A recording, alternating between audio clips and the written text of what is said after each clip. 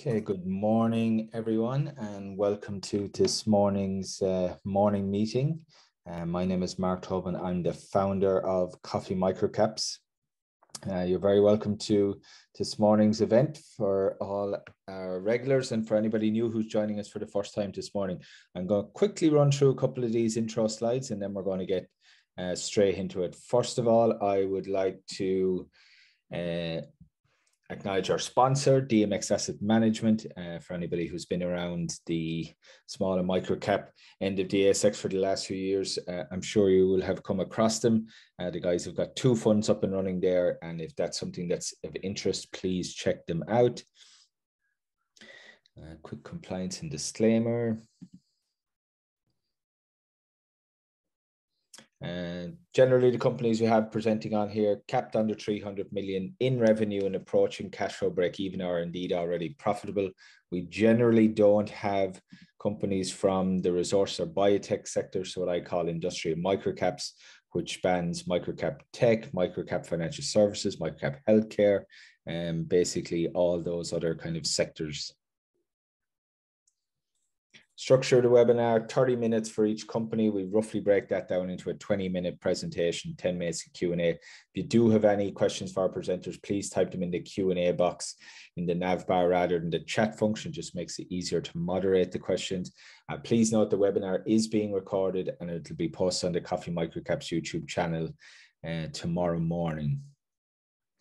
You can follow Coffee Microcaps. Twitter is probably the best one, but we're on YouTube for the recording of this webinar and all previous ones, LinkedIn, and I also write a weekly paid subscription newsletter that you can get on the Substack platform. So we're going to get straight into it with our first presenters, Wayne, Arthur, and John Rankin from Skyfii, who I'm delighted to say I'm welcoming him back, I think, for the 3rd time. And then we've got a first-time presenter in Iain Dunstan, Executive Chairman of Gratifii, who'll be following Wayne and John. I do believe we now have Wayne and John online. Wayne, I think if you're driving the slides, if you could start sharing your screen, that'd be great. I can see it coming through now. Yeah, perfect.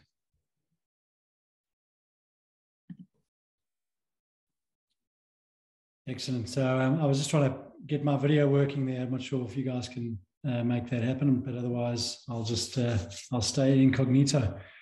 Thanks everybody for your time. Thanks Mark for the intro. We're pretty excited about this quarter's results. We're pretty excited about the trajectory that we're on as a business. So I'll just take everybody through a little bit about the background of the business for those of you who aren't aware of what we do and who we are and so on. Obviously, then we'll dive into the financial performance and then we'll close with an outlook for the coming quarters. So we are a data services business. At the core of the business, we've built a technology product that is a pure software layer. It all resides and is architected in the cloud.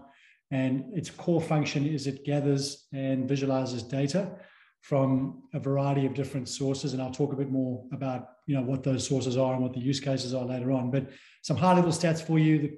The platform is deployed across 11,000 venues or thereabouts around the world.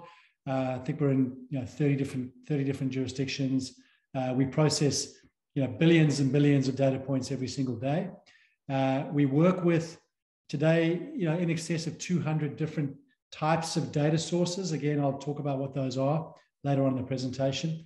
And we're connected to 90,000 or more different IoT devices around the world. So some of those data sets include those that are listed on this page here today. We started out our journey in the data ecosystem focused initially predominantly very much on Wi-Fi data. So we were an overlay to an existing wireless infrastructure deployment. We would pull location data from that network and we would visualize that in a venue to help that venue understand how people were moving through it. Over the years, we've added, which is a big growth area for us, sporting stadiums, which is also starting to really pick back up, following the, I guess, the impacts of 2020. And then, government agencies, museums, cultural institutions. So really we have a use case that purveys any public space, any public venue, we typically are able to deploy and we can deliver some value. These are kind of the main reasons why these venue types use our product. So, in commercial property, it's around occupancy management. It's around understanding how people are utilizing the different areas in the building, so space utilization. We're doing some IoT-based work where we can help venues predict and optimize HVAC usage. In retail, it's a little bit more around retail tenant planning. It's around understanding trade area analysis. Through our guest Wi-Fi and marketing solutions, we can understand customer sentiment and also deliver marketing messages as well. Transport hubs, it's all about understanding passenger movement, queue management, journey wait times, those kinds of operational analytics. In stadiums, again, it's operational analytics around concessions, bathroom usage, but also fan engagement is a big part of the value prop in that venue type as well. And then museums, it's really about helping them understand which displays and which exhibitions are driving maximum engagement and dwell time within the venue. So I'll take a break. I'll kick it over to John to take you through some of the financial highlights for the quarter. Thanks, Wayne. And thanks everyone for joining the call today. So look, I think Q2, a really strong result for the business, following on some good results from Q1. So if we look at our total revenues, up 50% on a year-on-year basis, sitting at 6 mil. Recurring revenues on a year-on-year basis, tracking at 30% growth at 3.6. Cash at bank sitting at 5.4, and cash is obviously a big area of focus for the business. And I've got a couple of slides in here today which will, I guess, talk to and address the story and the journey that we've been on since we did a capital raise in April of 2021, and equally the major acquisition we made of CrowdVision as well. The quarter really delivered really strong cash receipts of 6.9, so up 105% year on year as well. So a very strong result for the business there, and we exit the quarter with sort of circa 15 million in ARR for the company. So typically our contracts average out at about 3 years. So it does give us some strong annuity revenues across the coming years, and really sets the foundation and the baseline for us to grow in the second half of FY22, but then also into 23 as well. If we look at the first half of results, again, another record result for the business. Operating revenues, again, up 50% at 11.1. Cash receipts up 55 at 11 mil, and recurring revenue up 41% at 7.1. I think the pleasing result, despite some seasonality that does fall into our quarters, and obviously COVID had a sort of a slightly negative impact on our recurring revenue growth story. The business has generated really strong, consistent growth over the last 4 years, with a CAGR of 44% from a total operating revenue perspective, and 49% from a recurring revenue perspective. So we're really pleased with how the business is growing, and certainly we're really comfortable with where the business sits from the first half perspective.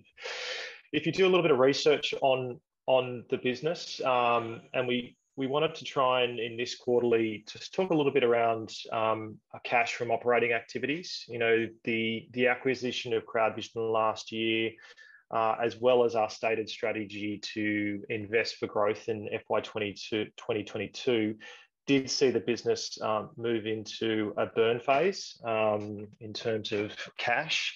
And certainly what we've presented today and been talking to our investors is just our rationale for doing that. The business, over the last couple of years, has been under-indexed in our international markets.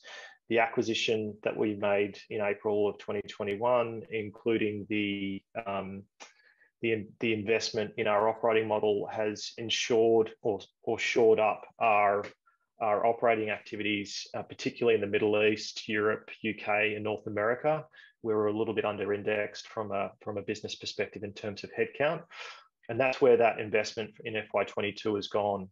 But what we've done on the left-hand side is actually also just broken that down a little bit further to give you an indication of what cash from operating activities exited the business for the acquisition of CrowdVision, and then what cash we actually invested for growth as well, particularly in Q4 FY21 and Q1 FY22. What we've seen in Q2 is a normalisation and return to that positive cash flow for the quarter, which we're really pleased with, and it is in line with our internal targets and budgets. So I think moving into the second half, as I sort of suggested before, you'll see that those operating cash flows normalise, and certainly in the second half, we're targeting a positive operating EBITDA for the business as well. On the right-hand side, we just want to give our investors a little bit of surety around how we're managing our cash, and really that looks at the operating cash outflows as well as how much cash at bank we hold. So really pleased with how the business has performed across the quarters, and we're set up for a very strong second half of the year. Over to you, Wayne. Great, thanks, John. So look, just following on from John's commentary there around, obviously cash receipts were up, revenues were up, and the business returned back to an operating profit, net cash profit actually in the quarter. So to get there, we secured a number of new contracts, as you can imagine. We secured about $4 million worth of total contract value in the quarter, which included a couple of deals in the UAE, Middle East. So one of them was with a company called MAF, which is I guess probably the premier retail and property operator in the Middle East. We've rolled out across 15 of their malls. They have another 30 odd malls in their portfolio, so we do expect further growth from that account over the years. We've rolled out across all of the McDonald's restaurants in Dubai. We also renewed a contract for the third time running, so it's the third consecutive 3-year contract renewal for McArthur Glen, which is a portfolio of 24 designer malls across UK and Europe. So some strong retention there as well.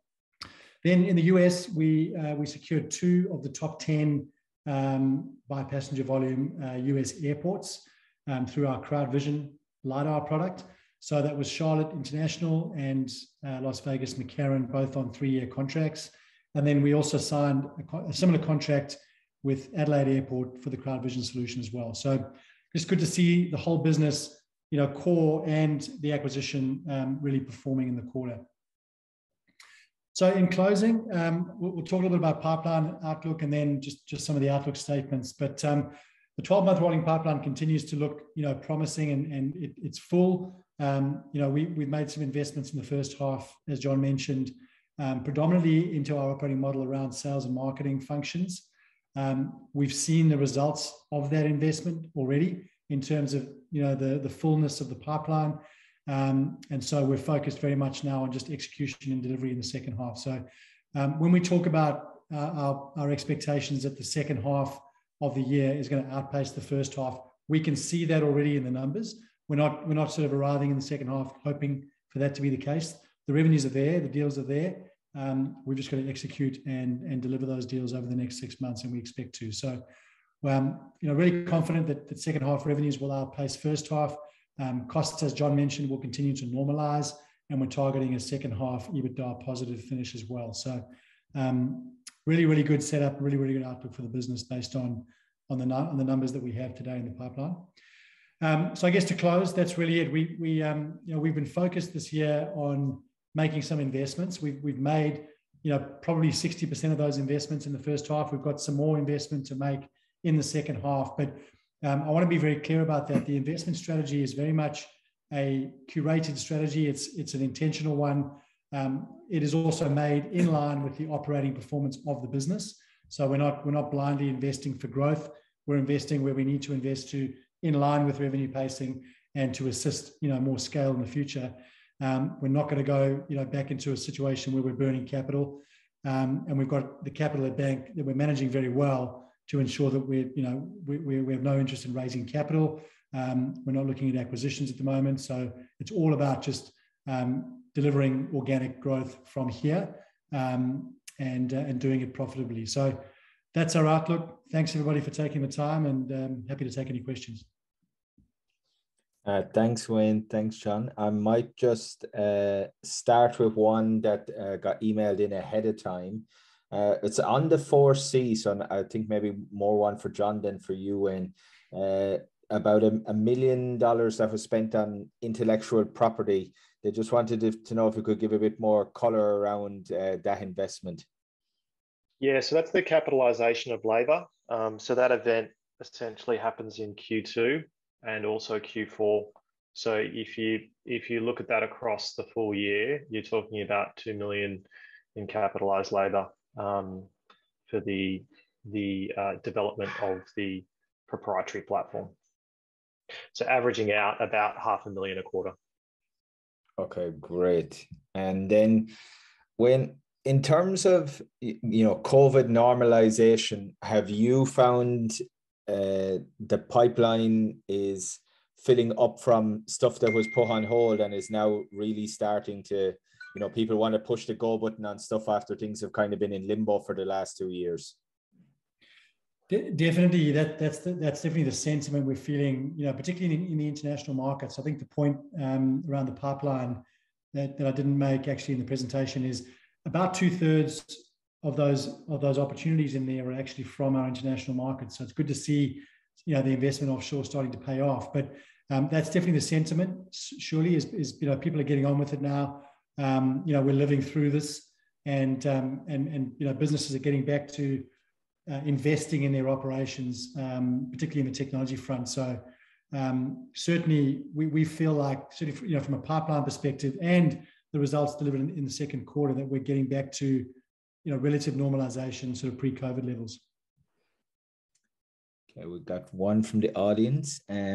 What's the sales cycle been looking like since COVID impact? How long did you have to work on the 4 million you secured now in the quarter? And is there any kind of changes to the sales cycle? Yeah, good question.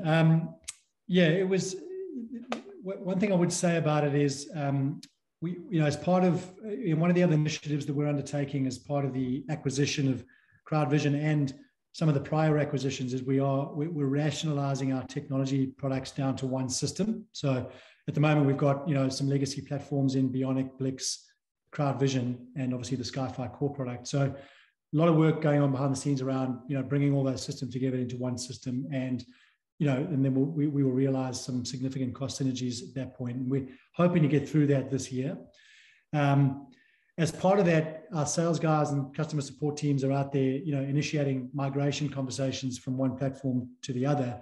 And as part of that, customers are looking to actually are upsizing or upscaling their technology investments. So we've seen a lot more of those infrastructure investments happen in the last 3, 4, 5 months.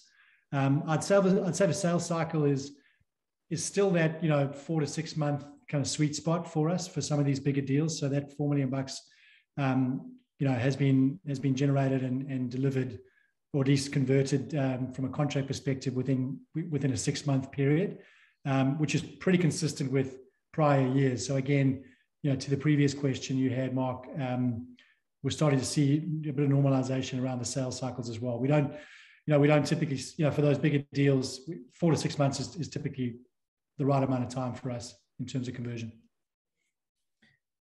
Another question from the audience, probably one for John again. Earlier in FY22, you mentioned there was 1.5 mil once-off OpEx for upgrading the internal systems. I think what you were referencing there, Wayne, about bringing all the systems together.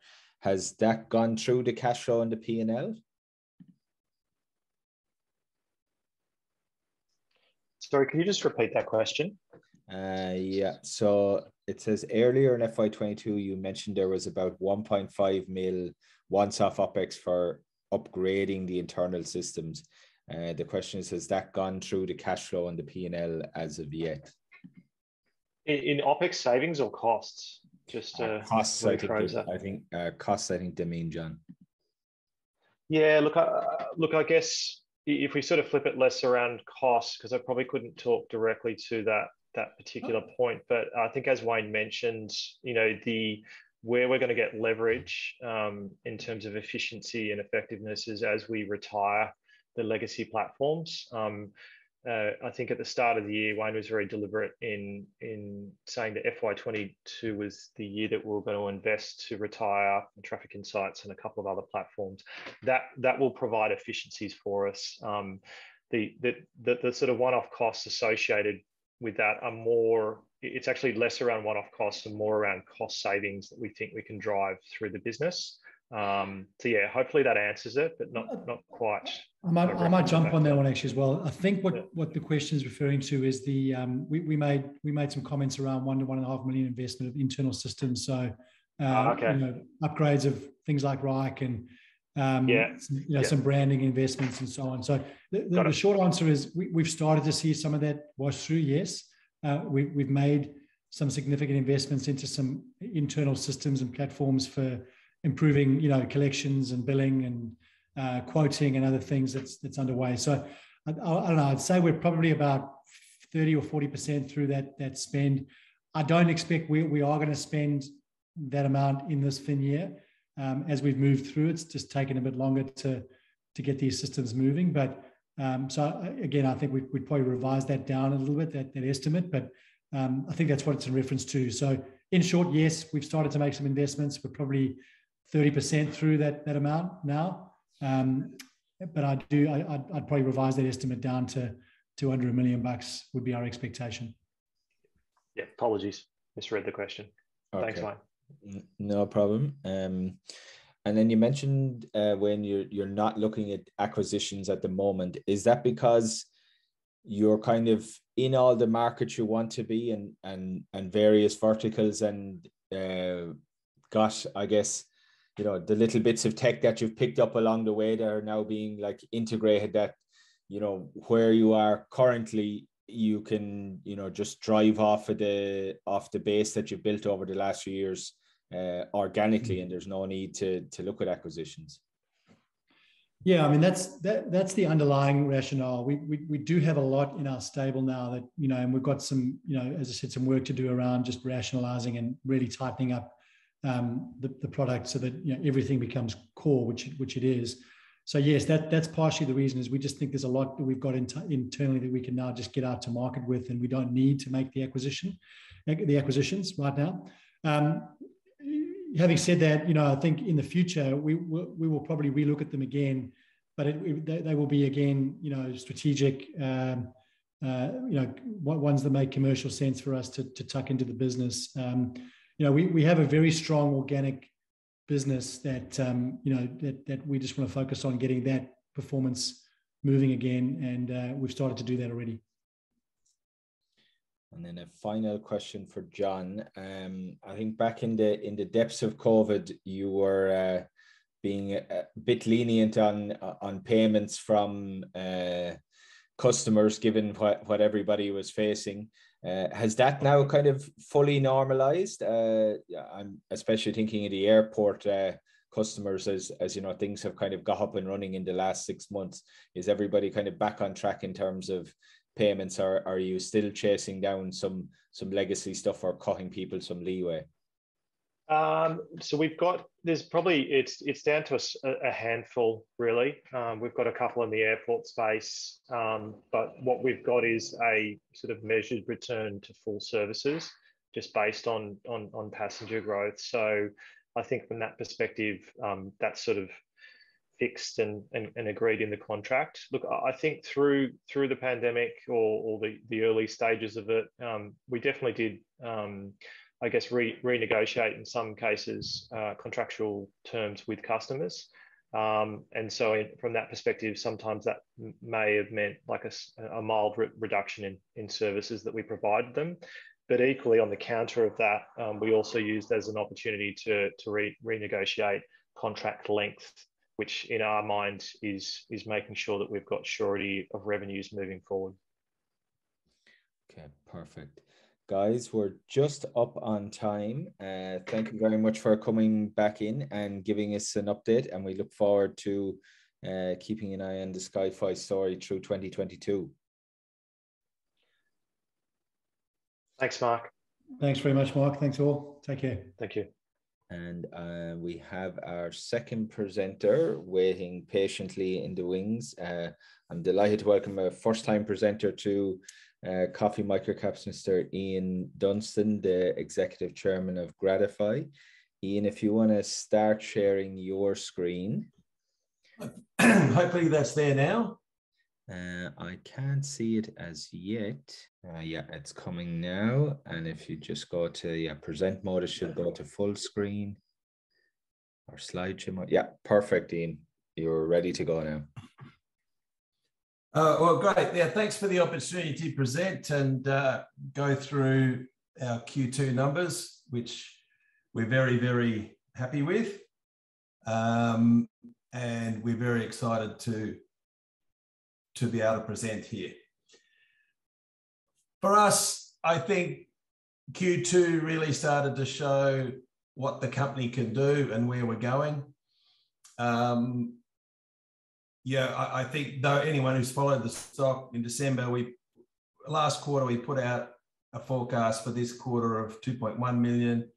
We put out a revised number upwards in December to say we'd be at 2.9, and then we even exceeded that by the end of January.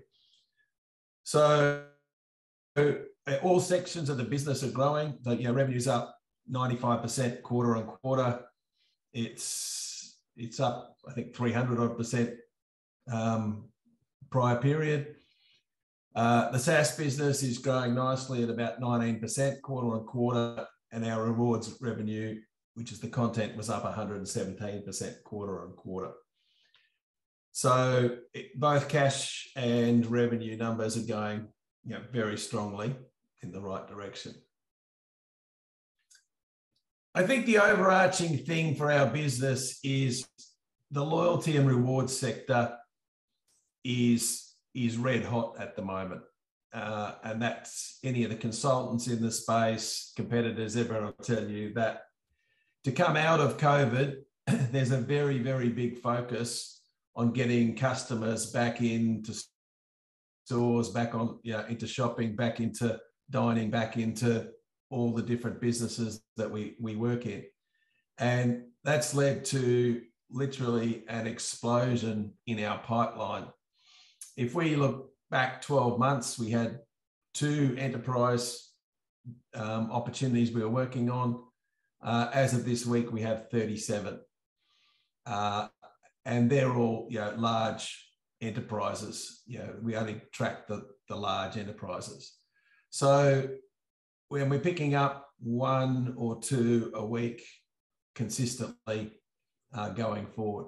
And overarchingly, it's about no one's really done an upgrade of their loyalty and rewards software in the last 10 years. People are on old systems that do the equivalent of a coffee card, buy 10, get 1 free. There's no use of AI. There's not even any real use of the data to customize the offers. And those older systems just don't cut the mustard in 2022. So we're seeing almost a stampede of enterprises looking to replace their old loyalty and reward systems with new data-driven engines, platforms. With that insight, we've strengthened our sales team last month into the new year with a new CEO of our rewards business who's had 20 years experience with the entertainment group, and also Dan Cottrell, who was the head of sales for entertainment group for the Eastern States. So we've got a very big focus on now closing this ever-growing pipeline over the next 6 months. Interestingly, we also signed a couple of very important strategic partnerships that firstly with Hum, adding buy now, pay later to retail has shown in this sector to show 10 to 15% growth in sales. And we believe that will be replicated across our client base going forward. And very excitingly, we signed a teaming agreement with Akeshi, who's probably, if not the largest, one of the largest payments platform providers in Africa and the Middle East. And the deal with that is they're actually going to ingest our loyalty and rewards platform into their payments platform. So it's not us working with them. They're actually effectively reselling our platform as a module of their existing platform. Now, they have 19 large banks across Africa and the Middle East. They've got most of the large telco providers, and they've got a number of retail providers as well. So that creates massive opportunities for us going forward. Currently, we have about 60 clients, and that they represent about 25 million consumers. Now, I will be honest and say there's quite a deal of double up. For instance, a lot of our HBF clients are also Alinta clients. So there is probably around about 6 million of double up where clients are on multiple of our customers' platforms. So we think, the number from 25 is probably around about 19 individual consumers. We currently have about 300 providers of content and rewards on our platform, and we have a very big focus on growing that part of the business.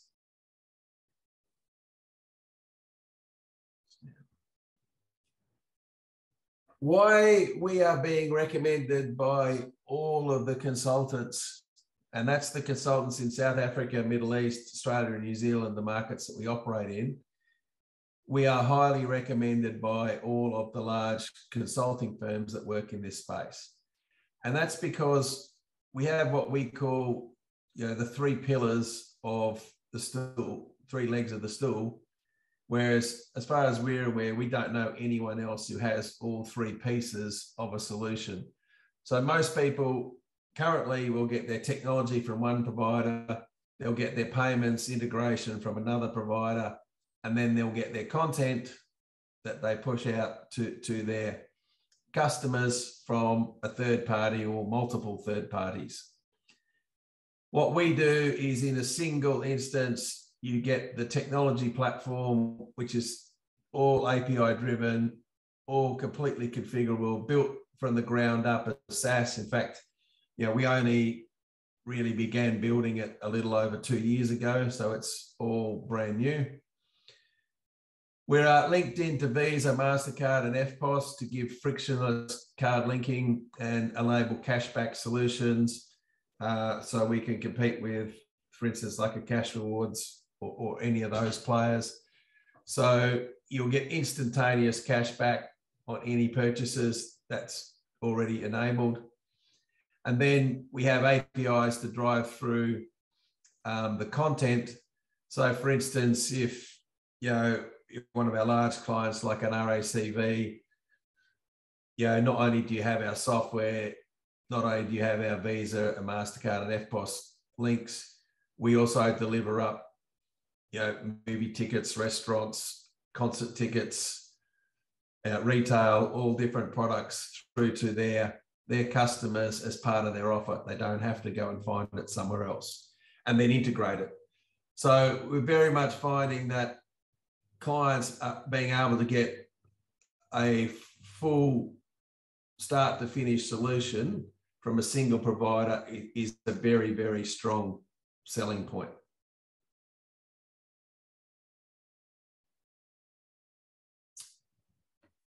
As I said, the software is new and has a very wide range of functions. The difference from the older systems, it's all very, very driven by data.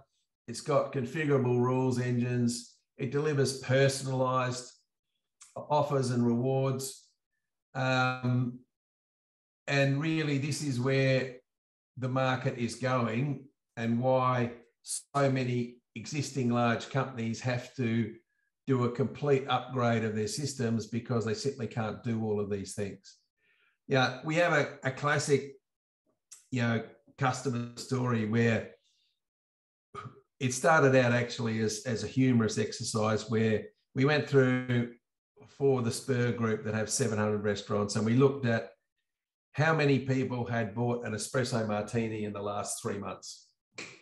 And then we said, okay, let's look at demographics. We took people between 20 and 30, and we took X number of postcodes, and we put out an offer that rather than give people 10% off at dinner as a reward, they could get a free espresso martini.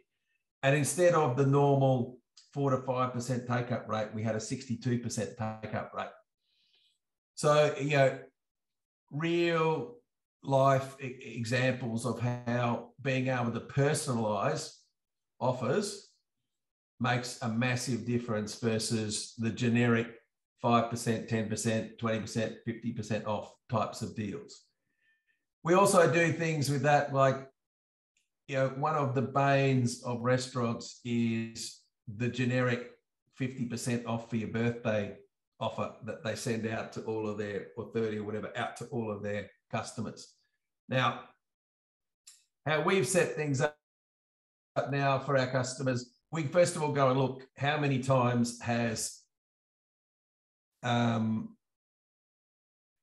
that customer shopped, dined, done whatever in the last 12 months. Now, if that's 0, we don't give them anywhere near as good an offer. We might give them 10% instead of 30%. You know, if they've been 20 times, we'll give them the full 30%, and we might scale it in between.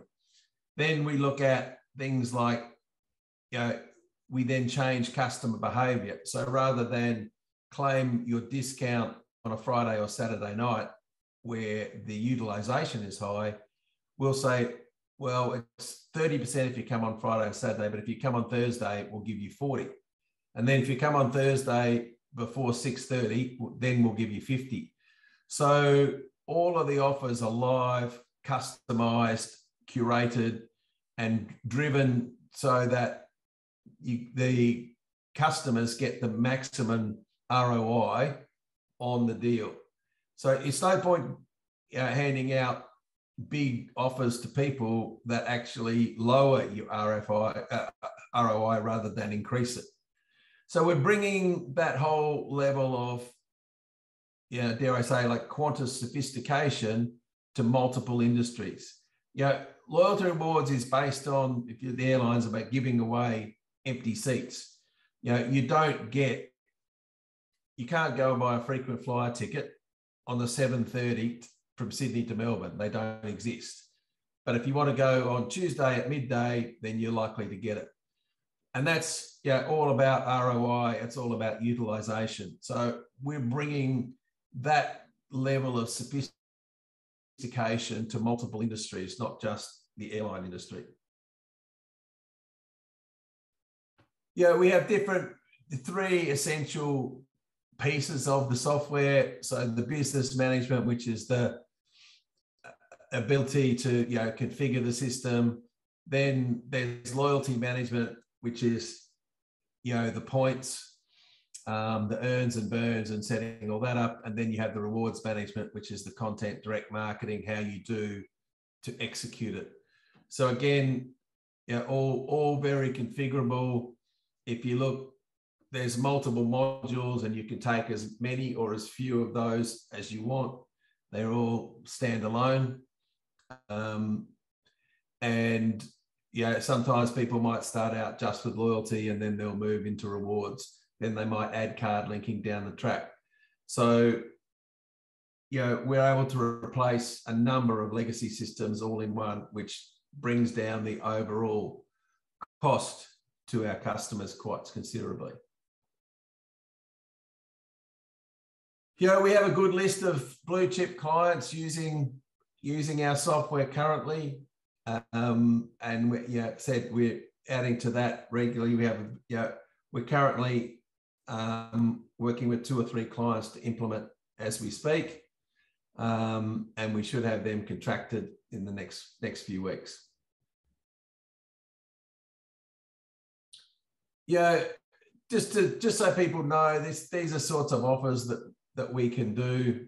You know, you need to be able to do pay with points, loyalty, vouchers, rewards. I mean, I don't know if people have seen, interestingly, Qantas this week have just launched the ability to pay for your petrol at BP with points and no cash.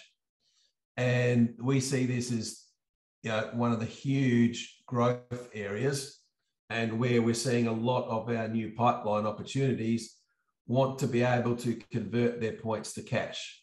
Now, actually, if I go back, sorry, I'll just jump back.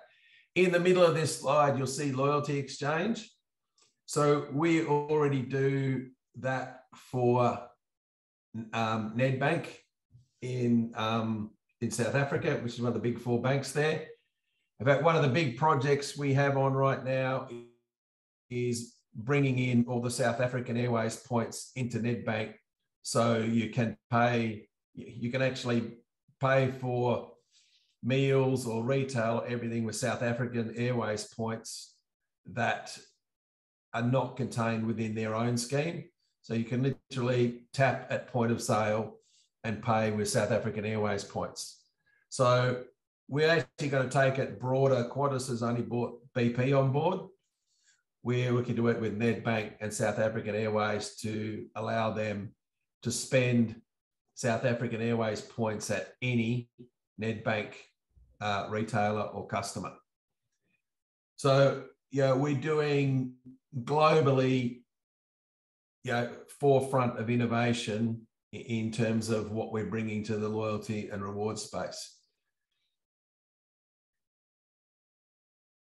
So just going through, the recent thing we've added is the integration with Visa, MasterCard and EFTPOS, which allows people to tap, and your phone, like Apple Pay, will know that you are in XYZ merchants loyalty rewards program. You don't have to do anything. What it'll do is you buy a pair of shoes at a consumer for $100, and if you're in one of our customers' programs, you'll get $10 back instantly. When I say instantly, it's about 6 seconds. You'll get $10 cash back for being part of our client's rewards program. So there's no need to claim it. It just goes into your wallet. Comes back from Visa card, MasterCard or EFTPOS. And as I said, it's about, around about 6 to 8 seconds to get that cash back. So there's no need to fumble around to find a plastic card or a voucher or a QR code or anything like that. No more of that going to the petrol station to find out all your dockets have expired. They're all contained within a wallet, within that customer's app, and it happens instantly. And probably same as the paper ones. If you don't have any that are valid, you won't get anything back, but you won't have to fumble around to find and keep all of those paper vouchers. They'll be all done electronically in a wallet. So this is the reason why we're seeing such massive interest in our software and where we're going.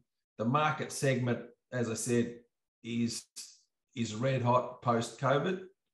There's huge pent-up demand, and all of these new innovative products are coming out to which the old systems just simply can't deal with. So, people are saying they've just got to replace their existing old software with new software if they really want to be relevant in the market. Just quickly, these are some of the content providers. I mean, it's just a snapshot of some of our ones we probably do more business through in terms of content through to our customers. One of the deals we've recently won with Click Frenzy, 1.7 million subscribers, and they have their Black Friday and I think 3 to 4 big sales per year online, where people get massive 50, 60, 70, 80% discounts. Now, they've integrated with us in order to, so again, when people pay with Visa, MasterCard or FPOS, they won't need to log into multiple places. It will just realize you're a Click Frenzy customer and therefore give you the Click Frenzy points, rewards, or whatever you want, and that, or cash back instantly at the time that you purchase. So again, 1.7 million additional people will soon come onto our system sometime this month. We've grown the team. We've added people from a lot of our competitors, with a deep industry knowledge. In fact, one of the largest consultants in Australia said to us, it's the quality of your people that is really setting you out from your competitors. And, the best people in the industry want to come and join us because they know where we're going and what we're doing. You're going forward, what we said in our quarterly result, we expect to see continued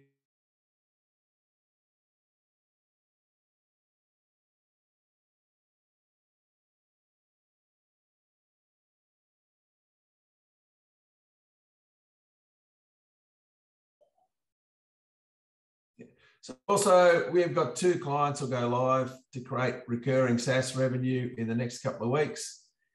And we've grown the sales team on the content side and are looking to expand more into New South Wales, Victoria and Queensland, where we're probably not as strong as we are in some of the other states.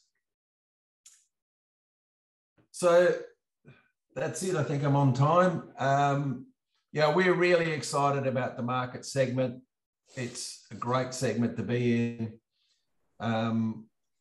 We see great growth going forward. And as each of these SaaS clients come on board, it just creates more and more recurring revenue. It's just, we are flat strapped.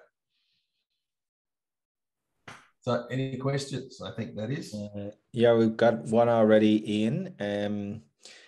Who is the main competitor for you guys? Is it the legacy systems trying to catch up? Look, there's still somebody else in the same space trying to do what you're doing? We're the only local provider of this sort of stuff. There's a couple of Canadian companies, a couple of European companies that play in the space. And then there are competitors for each of the 3 pillars. There's competitors that provide content, including some big ones like Blackhawk, who's a big global player. On the card linking side, there are only 2 other very, very, very small companies with probably 2 or 3 employees that are startups. So there's no big software client in the card linking space. And as I said, on the platform side, we still have to compete with the Oracles and Salesforce is still the biggest player in the space, but we more often than not will integrate with Salesforce. They'll still do the customer management part, but then we'll take over the loyalty and rewards component because their loyalty and rewards module really just does the buy 10, get 1 free. So that's again why we're seeing such big interest and so many RFIs, is that there's no one domestically that does this. The main competitors would be a sender out of Singapore and a couple of Canadian players. And then I wonder if you could just give us an idea of the sales cycle from, time you start talking to somebody, because obviously it was interesting. Deals to integration to actually when you start billing them on a kind of a monthly basis or on a revenue base, how long that start to finish is. It was interesting listening to the Skyfii guys. It's like, look, the sales cycle definitely lengthened during COVID. The interest was there, but there wasn't the real financial drive to get it done. So we probably saw the sales cycle drift. The normal sales cycle, just like this, is 4 to 6 months. We probably saw a lot of projects get halfway through and get delayed to this year, simply because there wasn't enough trade to rush to market. We're certainly seeing that turn around already in the 5 weeks of this year, that suddenly things are all being picked back up again and the urgency is coming back into the pipeline. So I think we'll return back to the 4 to 6 month sales cycle. In terms of before we deliver SaaS revenue, I think Click Frenzy will take us about 4 months from contract signing to recurring SaaS revenue. That's probably 3 to 4 months is the average implementation time. But a lot of that is probably not us. It's the integration to the front end and web, which generally with the bigger enterprise clients is not us. For smaller clients, we do provide a white label front end, white label app. But if we're dealing with, for instance, Nedbank in South Africa, they've, like every bank, they've got their own app. It's not going to be our app that drives a bank or an insurance company. Having said that, the Unlimited, which is a mid-sized insurance company in South Africa with 800,000 policyholders, is using our front end. So, but there is quite a bit of customization to that to deal with our back end.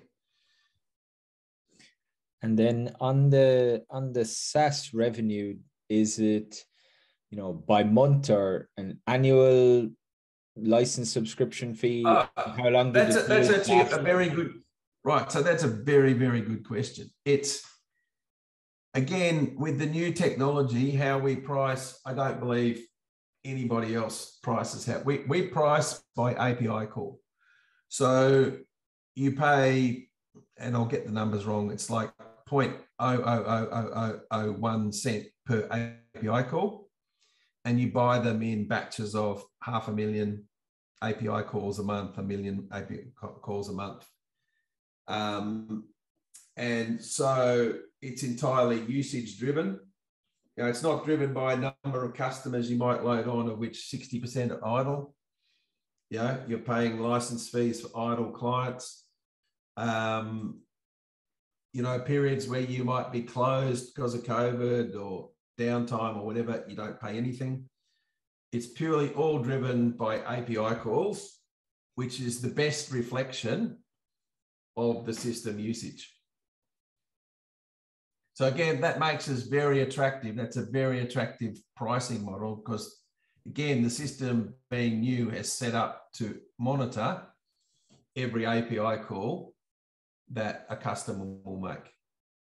And we're finding that is very, very attractive to prospects. It's a absolutely pure user pays model. And then if we can just go back to the current quarter and the 3 million, what would be the breakdown between the SaaS revenue and the reward revenue within that 3 million? Is it like 80-20, 50-50, or how does that 3 million? Oh, the numbers there, it's about, it's in the release, it's 2.3 is rewards and 700 is SaaS. Okay. Remembering we only launched the SaaS product only went live last year. And we've got a question here just to clarify on the API call. Does API call mean a customer uses a reward or a voucher? Good question, Shane. It's more, an API call is a change of address, change of a phone number. Yes, it's a call for a reward, it's a call for a voucher. It's any time you touch the system, there'll be an API call.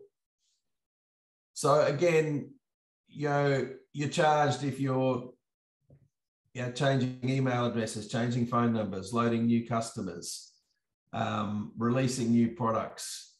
Every time you make a call to the system, you get charged a fraction of a cent. So, you said customers usually buy them in batches, bands of 500,000 transactions. So 500,000 transactions will cost around about $6,000 to $7,000 a month. Okay. So if we look at small clients are around that $6,000 to $7,000 a month, up to the biggest clients are probably $100,000 to $120,000 a month. Okay. And then the 37 kind of customers you've got on the go currently, is that coming from any kind of particular industry vertical, or is it like literally right across the board? But there's probably four at the moment. 4 is retail, hospitality, financial services, and telcos are the 4 biggest. And in financial services, I think there's very, very big demand, particularly from insurance, and that's life insurance, general insurance, and health insurance. In fact, health insurance is, the more competitive a market and the more you need to have loyal and renewing customers, we see, globally, health insurance is a very, very, very competitive market. And so there's a lot of interest in health insurance. But the largest is probably still hospitality, but the fastest growing would be insurance. Okay. Iain, we've run slightly over time, so I think we'll leave it there. Thank you very much for coming and joining us and presenting to the audience this morning. And I think we will leave it there, and I wish everybody a good rest of their Thursday. Great.